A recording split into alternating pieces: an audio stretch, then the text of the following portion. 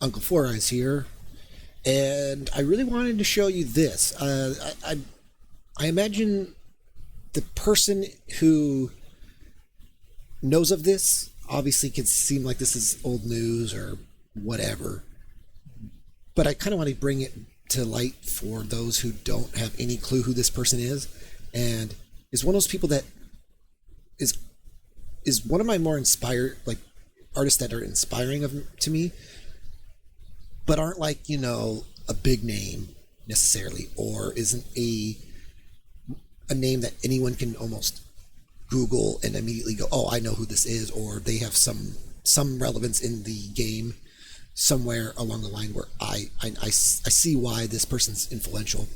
Now, not to say that I'm taking anything away from this artist, but I just wanted to show you something that I picked up years back, I guess back in 2016 or something, I don't know, that's what it says. But this is a French artist. I'm going to butcher his name. I absolutely have no idea how to say this without sounding ignorant. Guillaume Singelin. Again, that I'm just going to call him Blackie. That's what I've always known him as from his Tumblr, whatever, call it a profile, whatever they call them now. I don't remember what do they call this Tumblr page? Anyways, where his archive of art is. That's where I first saw it. I was recommended it to by Porobato, and ever since then I was in love with the way this artist interpreted at the time, like, Spider-Man or Captain America or Venom in like World War II garb. Like, what if they were set in that world or whatever, and then ultimately finding out that, oh, hey, there's more to them than just a fan art that is different. And this is essentially called Junky, which I wonder if it has anything to do with his artist name being Blackie. I'm gonna act like he meant. I'll just act like he meant that to be kind of a pun or something, or be relevant to each other. This is like a sketchbook, but it also kind of gives you like the rundown to ideas of said designs. So like what this just had said, it's to serve and protect. It's about cops essentially, right? And you're gonna get a little from the creator themselves, the gist of it as a concept. I'm imagine most of these are not fully fleshed out, and if they have been in recent years, which I will get to some that I think have, that's what's kind of fun about just them. Like, I remember him saying something along the lines of like, this was inspired by that like bath salts person that eating people all those years ago. But yeah, his style is very inky. He loves to do these underdrawings with the red pencil, which I thought I thought that maybe it's just the blue line is not photo, doesn't get it picked up on the scanner. And you might actually not really tell that it's red on here, but like the badges on his sleeve, where her arm is, there's a lot of red sketches, but like from afar it seems like it just looks like black or whatever. Yeah, it's very inky, but I just love the storytelling that he expresses within the designs. But a lot of times there's a lot of underdrawing, and then there's ink on top, which I'm assuming is just how you would go about sketching your concepts anyways. Like, I do a similar thing, just instead of it being a thin red line, it's a thick pencil line. And yeah, and so he's just giving the rundown of like what any of this is. So I always thought this was like the next best thing to, like, if you don't have like a full-fledged story sorted out, you can always take all the sketch-based drawings and the very straightforward or generic or underdeveloped ideas that are stemming from these designs, and just give your your readers and people that you know want to know the context of this through a little blurb, you know. So you're going to get like these little and the chapter like pages. This is I think it says Grandmaster League, and like in this case it's like he even references like Shonen Jump, Japanese style or Japanese weekly magazine, but it would be called like Chod Nem Jump, which I'm assuming is a French word that I'm butchering. And yeah, and there's just like these, like this has got like a retro vibe to it about video game tournaments. And again, you're getting enough content to where it's worth seeing the images and hearing kind of the inspiration behind it, but it's not a full-fledged story in itself either. But I always say that's the next best thing, is if you could still put this stuff to paper, you'd still make a thick tome like this, be legit, you know, still be legitimate or still be worth someone's money, right?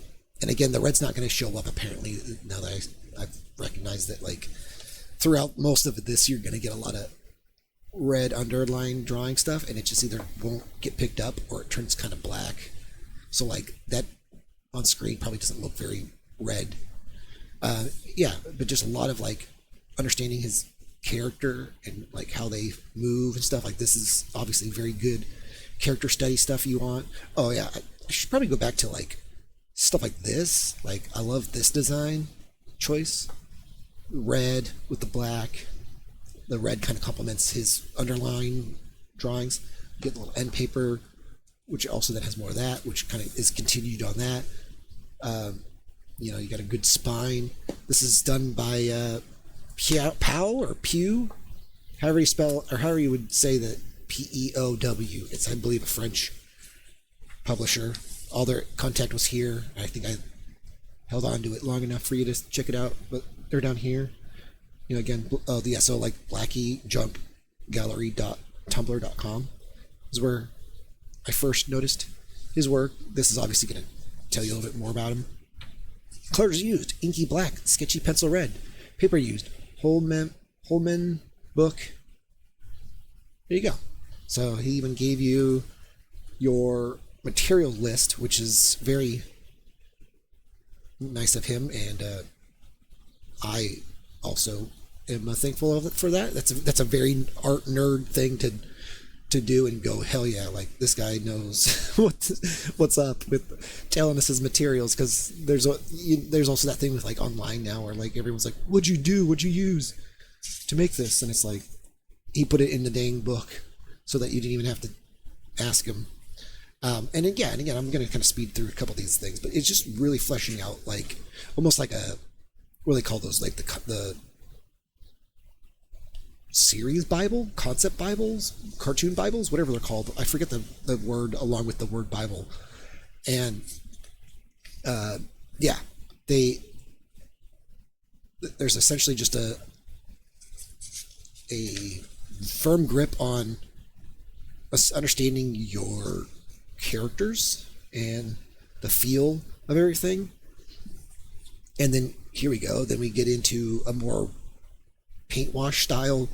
This kind of goes from like a vibrant red, saturated red like this, and then it kind of bleeds into like a wash that's kind of muddy in the way that like the red and the black kind of blend together to turn into a sepia tone in certain areas. This guy's got, you know, some crazy arms. You can already tell some of his aesthetic and visual tellings is with like consistent throughout certain of all his project, and with like clearly has a confidence in his style and where he wants to continue to go with a consistent visual. This is called The Beast, and this seems like it was a football based sports thing again. And then he was getting into things like Marceline from Adventure Time, which I think kind of makes sense that like he would be a fan of Marceline or Adventure Time in general, because his style, again, I think kind of obviously articulates that. And there's stuff like this that I think, going back to what I was saying, he might have made a book on, or like more actual story based stuff on, with like things like this New World one where there's this little, again, very square headed alien-y whatever character. I wonder what kind of idiot would make a square headed character as their like main character. Yeah, and so this is like a lot of just showing you like what's the day in the life of this character, and kind of travels he partakes in. And yeah, just kind of fun to just be able to like you live with these characters without actually having to like be told a full-fledged story or like a sequential story. And so again, you can see how like it's mostly character design in nature, but there's still always like the occasional like, well, you got to like show them interacting with something or whatever. Again, these are going to always be have accompanied with like little blurbs to kind of describe either what's on the page in front, you know, with the context is within the drawings, but near that, or in general, just kind of continuing to articulate like what his plans or ideas are for. Again, this one feels like this might have been something that could have been developed in more, but you got a very Ashley Wood-like robot over here. Here you're going to see a lot of underdrawing that like almost feels like he went completely different on what decisions he wanted to make. Again, I like this again because you want to see not necessarily want to see like your people that you like or whatever like fail or struggle, but it's comforting to know that like just because you drew it that way in the pencil stage doesn't mean you're going to render it that way or have to start all over again. Like just tweaking things like that, like where her arm goes up a little bit, her leg is a little smaller than he wanted. Nothing wrong with that. You know, a lot of underdrawing and then deciding at the end of the day, like, I'm not going to do whatever I wanted to do here originally. Like, it's not worth sacrificing maybe the composition or something that, you know, or that was just a guide so that when you get to that point, you can make your choice. So like a lot of this stuff is just noodling of stuff, or there might have been an idea there, but then it's like, nah, I'm just going to draw it pretty straightforward, or not even do like this is like almost like a panel line, just to stay inside that line while you ink, but still not actually like abide by the line itself. This one is another one I think he might have also expanded upon more.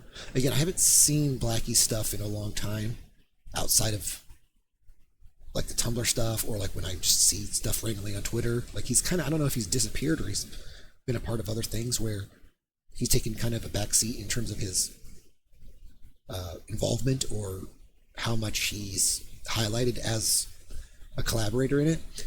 But like stuff like this where he was heavily inspired by like Dark Souls. You know, I've said that a billion times, and that's the first time I wanted to say it really poorly. And yeah, and it's just really cool. This is again something that I like Dark Souls, and I like his art, and it seems like, you know, you got this like, and of course I like Mignola, so this is like all the things you would want in it with the gothic night, you know, heavier shadows, or like this feels very Mignola in its approach, maybe not in its execution, but like you can feel that like simplicity is king here with like heavy shadows, like stuff like this is a very Mignola-esque like approach to some type of cover. Like this is beautiful. It's two separate images, but I like how it just feels all kind of seamless. And like this is this kind of stuff that was inspiring to want to, how do you articulate like this stuff within a sequential drawing, like, or story, excuse me, and like how do you get to a point where you're doing this as like a shot instead of just, I mean, because anyone can make that as like a cover or whatever, but you know, and I've seen like stuff like this which is clearly the big female character in the Dark Souls world. Yeah, and it's just like, that's really cool. this is stuff that I definitely took to heart, even if I didn't constantly reference when designing Pughead Joe. But like at some point or another, it was just like, yeah, it makes sense that like you tend to gravitate towards people that you like their style, and yet you don't want to try and copy them or take away from their ideas that they've tried to execute on. Like, because this obviously was made before I made Pughead Joe, technically. But it's like, I wouldn't say I'm plagiarizing in any way. But yeah, like this is, you got Bloodborne, Dark Souls, just, this is, and it's not like he can't make a comic. It just, apparently, whenever it feels like he wants to articulate something like this, eventually he gets around to it. And again, this is stuff that I would be like, yeah, no, like this feels something like I would want to do, where the time you would take to articulate this kind of moment is definitely up my alley. Knights and Scavengers, once again, just like trying to articulate combat. That's really cool, especially with the way he designs his characters along with the flow and the composition and everything. Like that just feels far more elegant and unique and like worthy of your eye. It's like staring at knights or whoever they are, like fighting each other, than if it was, trying to articulate a more realistic or more grounded or under like a less stylistic design. Like these all feel like they're heavily pushed in the extreme of exaggeration, but you're still like, these are fantasy characters that I can see kind of live in a world with fully fleshed out motives and everything. And like that's just as compelling as if you saw a picture of two real people at doing battle. And yeah, it's worth seeing it in this way than I would say in any other way. That's why I think comics and art and 2D, or if you want to call it traditional art, far superior, sometimes way more engaging in its abstraction than in more realistic concrete stuff. This is a kitsune, I'm assuming is how you would say it. And again, he even does samurais. And these all, again, this kind of just shows you his attention to what the story needs, and it needs Japanese, samurai garb and the understanding of their armor and everything in order to create, compelling stuff there. And yet it's like he might not ever do anything with this, but like you can always put that on your resume, as I like to say. This is Kate K. It's Kate Kane, I believe, from Batwoman comics, but done kind of in his own like solo version. This is also another one of those things where like this is a missed opportunity to have him do a small story or even variant covers for like Batwoman comics. And this is around the time when like Batwoman Kate Kane character was like very popular, new to the scene, before she got like a terrible CW show and everything, where she was actually kind of cool. And this shows her again. This is kind of compelling too, where it's like it shows her training in like the mixed martial arts style, and yet then her girlfriend or whatnot she's got, and that's kind of cool. And yet they didn't want to. I guess they didn't want to have him a part of any of the development of this character either, which is kind of a shame sometimes, because like I think like there's a lot of inspiration around the world to bring into stuff, but sometimes either the company just is kind of blind to it themselves for no apparent reason, or they go out of their way to be like, nah, we're good. We can't either. Like we don't care. It's one of the two. Usually it's either ignorance to the actual art scene and like who's hot and who's worth, like this is a character, or this is an artist I would say that should be blowing up, kind of like how like Peach Momoka or Art Germ or whoever you want to use should blow up in a way where it's I I understand to some extent why they are who they are in their respective areas, or like no offense to Art Germ or Peach Momoka, because I like them, but like they almost seemed like they were almost like artificially like put on a pedestal, and there was a gimmick to them or something, and then like they get shoehorned into that, and then they then become like, oh, they're that artist that makes like the really pretty pictures or whatever, and you're just like kind of put them in a little bit too much of a box. And sometimes I like understand like, oh yeah, Peach Momoka covers, they sell, they're great, but like at the same time I'm like, but she's also like a good artist, period. So like when someone gives her an opportunity to actually create art and like storytelling and stuff, it's like that actually is when it's worth your time checking it out. And again, I'm gonna make a video on her Marvel story here one day. But yeah, like even like taking liberties, obviously in this case, where like this is probably I took probably some subliminal messages, subliminal like cues from like this character design for a character I had have designed in the past with my friend in mind, because she also really liked Kate Kane, and so I made her character a fictional character in this styling, but like just losing a limb, PTSD or whatever. She's in the war, and yet, now you got some early stuff where or just the random thoughts that come in. So you've got I don't think they're necessarily exactly Marceline and Finn, but heavily inspired by. And again, just throwing some other designs here and there. Apparently these all kind of PTSD, I believe, is the name of the idea, but it's like you can see how like inspiring the Kate King design can inspire this character now, where this character is not one and the same. And then same with like a Marceline or whatever. Like those aren't, this character is a vampire, but it's not Marceline, or whatever, right? And you could maybe get away with that. Sometimes that doesn't work out as you plan.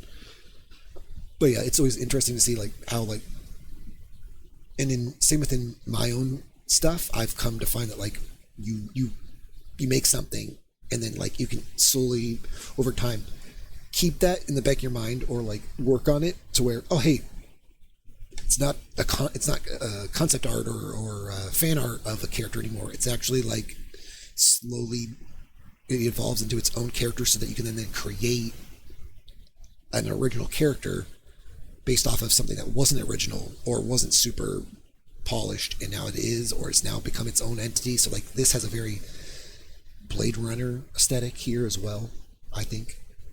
And the character again is being defined now. The character's got a little X for her eye, in shots, and this is the kind of stuff that I want to start taking more note of. Like I probably come back in here and look at this stuff for set pieces for like Pughead Joe, and yeah, it's just really fleshing out a world, one silly character at a time. There's Trauma Soldier. Again, this character, he must be really wanting to try and like pin down this character design so that he can then incorporate it into whatever he's gonna officially have it be part of. So like this looks like, again, a lot of the same approaches for those last characters, but again, it's under Trauma Soldier, so something along those lines, somewhere down the road, you change your mind on like, oh well, it's called this now, or this character is got this origin, or there's a better execution of why this character looks or acts this way, or why the world is the way it is, because like it still feels like the same idea. And if I had read the little blurb, it probably would say something along those lines, but you can kind of makes sense now. You'd have a character that's like a military character who is then like a combat medic or something and trying to heal people and whatnot. And like, oh, that all kind of came through in some way or another, or vaguely came in, like it was kind of interconnected from those other ideas. And then officially you can then fully commit to the idea and be like, okay, well, it started out as like concept art for Batwoman, and then it became this and had like this and that, and it's like, okay, now bam, now I feel like this is 95% fleshed out, unique, worth telling a story about, you know. And so like I just love his concepts where it's like, you know, how do you make an concussive shotgun blast? How do you articulate shooting a man through him, and just that kinetic energy that shoots through the character. Again, going back to like some of that MMA stuff, and just throwing him, and his gun gets thrown as well. And character climbing, some other characters that are kind of slowly becoming more relevant. And and then of course now we're gonna get into like, I think, a couple colored pieces here. And he says he really likes to color, so eventually he wants to get to a point where, yeah, this is what's, again, is going to be another part of like highlighting, is like very watercolory. And again, I like the way he approaches the colors as well, so it's not too far away from what his inking is. But again, you can see how like certain decisions are made a little bit different when it comes to the I guess I'm assuming it's a watercolor like thing, and I think I want to say he digitally colors this. It looks digital, and he just has like a watercolor like digital brushes, to where the opacity and stuff is lighter, because like this to me just screams digital digital coloring, where like you can clearly tell like you just lay down one color and then the other color, and then you just turn like one layer onto like multiply or something, and then it has this weird like, I don't know. I mean, this probably could happen in like traditional means, but there's just something about that kind of looks a little bit too much like I've seen that before.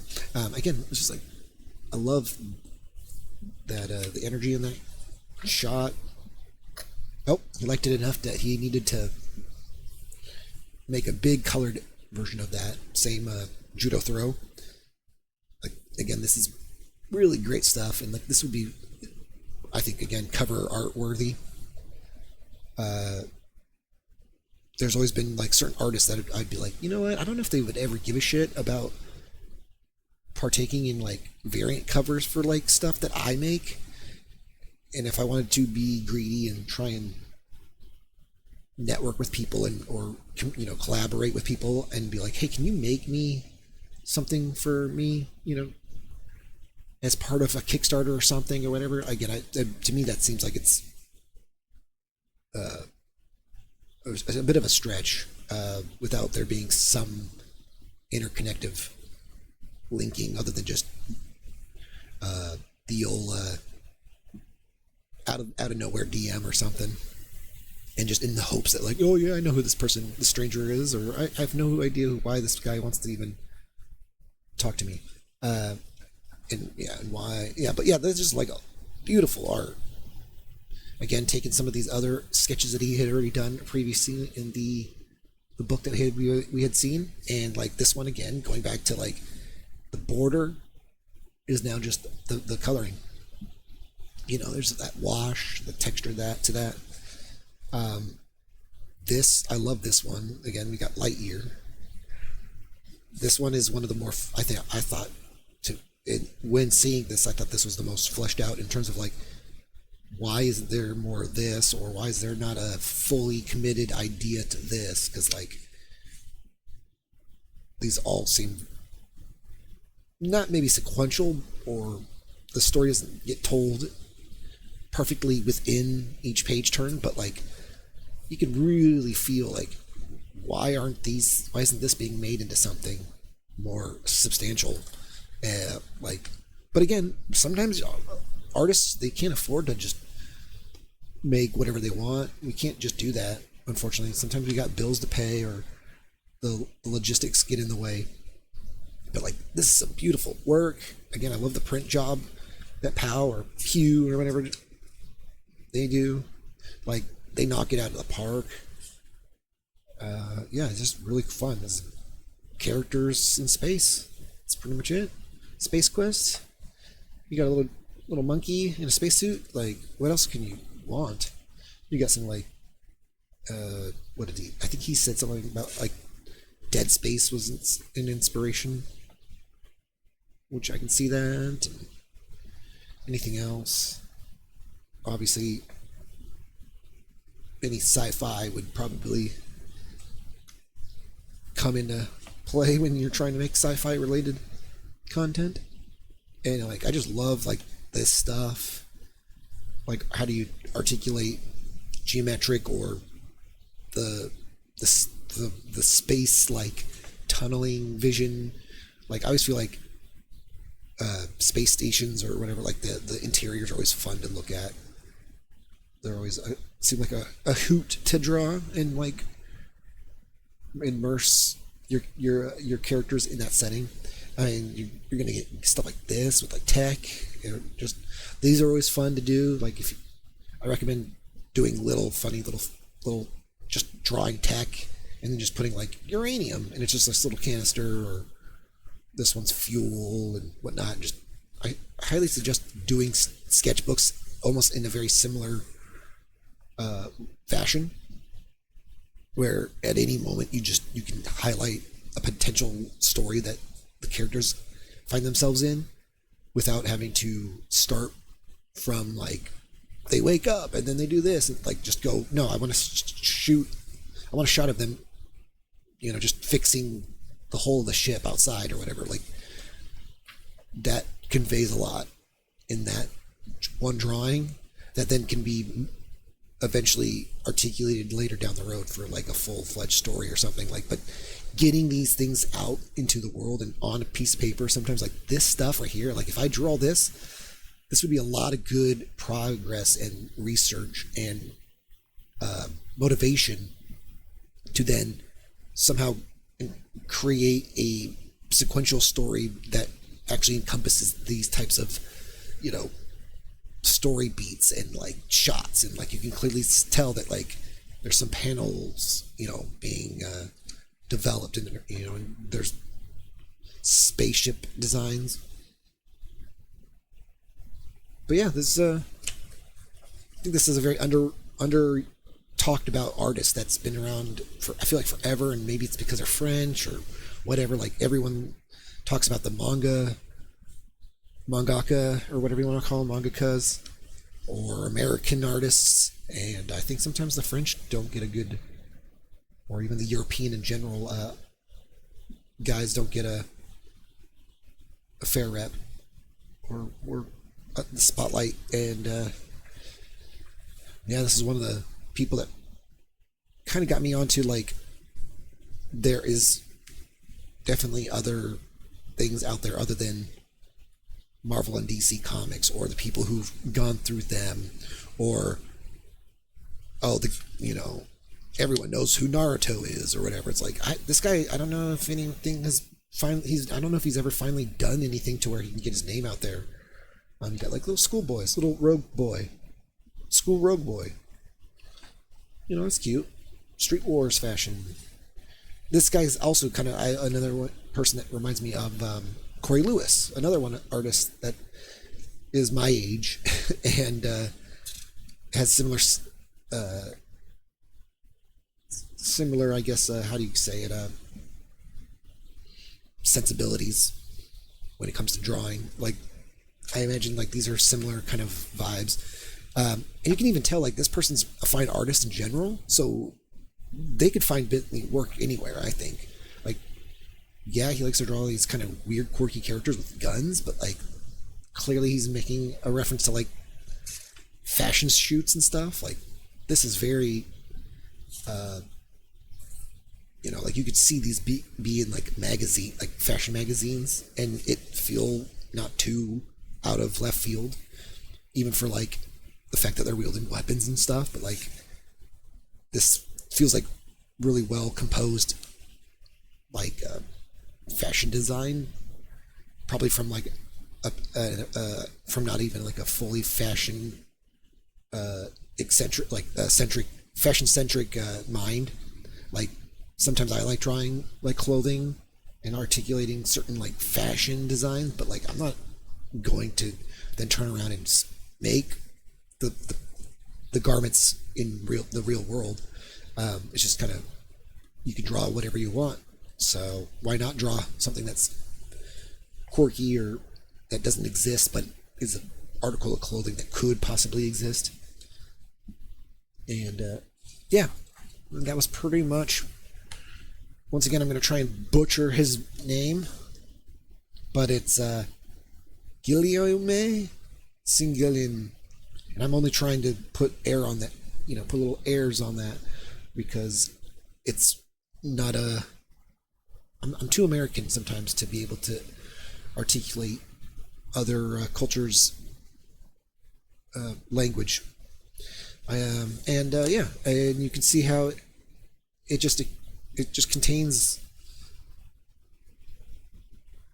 Oh, it's Sweden. It's a Swedish publisher. There we go. That's why that Swedish flag is there. It's a Swedish flag, partnering with a French artiste. And yeah, and this is also worth every penny. And I think I got it for whatever whatever it says. I don't think it even tells you the price, because I can't remember how I even got this.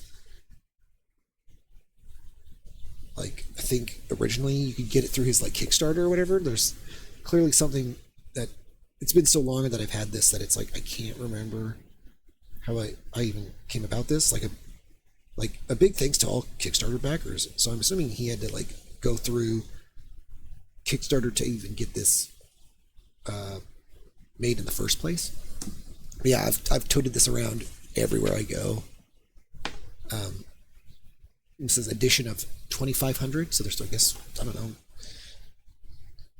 I feel like this might be something of a like limited commodity. This is the first title to come out as a reward from our successful Kickstarter campaign we launched in November 2015. We're very grateful and humbled by all of the support and encouragement we received. It's amazing. Your support means a lot to us and the artists that we work with. So this is, I'm assuming, the publisher that's telling us this, and we're very excited for the future. So yeah, they must have gone through Kickstarter as a publisher to then be able to highlight their artists that they decided. Because I remember this must be the same like Kickstarter that like I think they launched with a couple of different artists. Now that I think about it. And I either didn't really care for the other artists, or I put more of my money towards this than the others. But anyways, I can't remember now. But yeah, again, very influential Blackie. Whatever his real name is, I apologize for not being able to pronounce it, because I'm a filthy American. And yeah, this person needs to be highlighted more, I think, at least in our visual arts community. I don't, sometimes you just don't care where they end up popping their head up in. Like, I could be talking about this artist and not even know that they work for Sony Animation or something, and totally ignorant to what they're currently doing. But as a standalone piece of art here, I really love this and cherish this, and one day it'd be fun to be able to just be like, yo, dude, will you sign my Junky for me? And so I've been Four Eyes. Again, thanks for all the support. Leave a like, subscribe, please. I want to put more stuff out. Again, this might seem a little too bare bones of a channel when it comes to just showing you pictures with a webcam, but I've been enjoying it, and I hope you enjoy it. I hope everything sounds great, looks great. It's a little rough around the edges, but I assure you that the content will always hopefully be of some worth to you. If it, even if the 40 minutes that I've spent talking, the first 5 minutes you're like, I'm going to go buy this, or I'm going to go find this, or he better talk about someone I actually give a shit about. Stay tuned. I might. So I've been Forrest, and I'm out.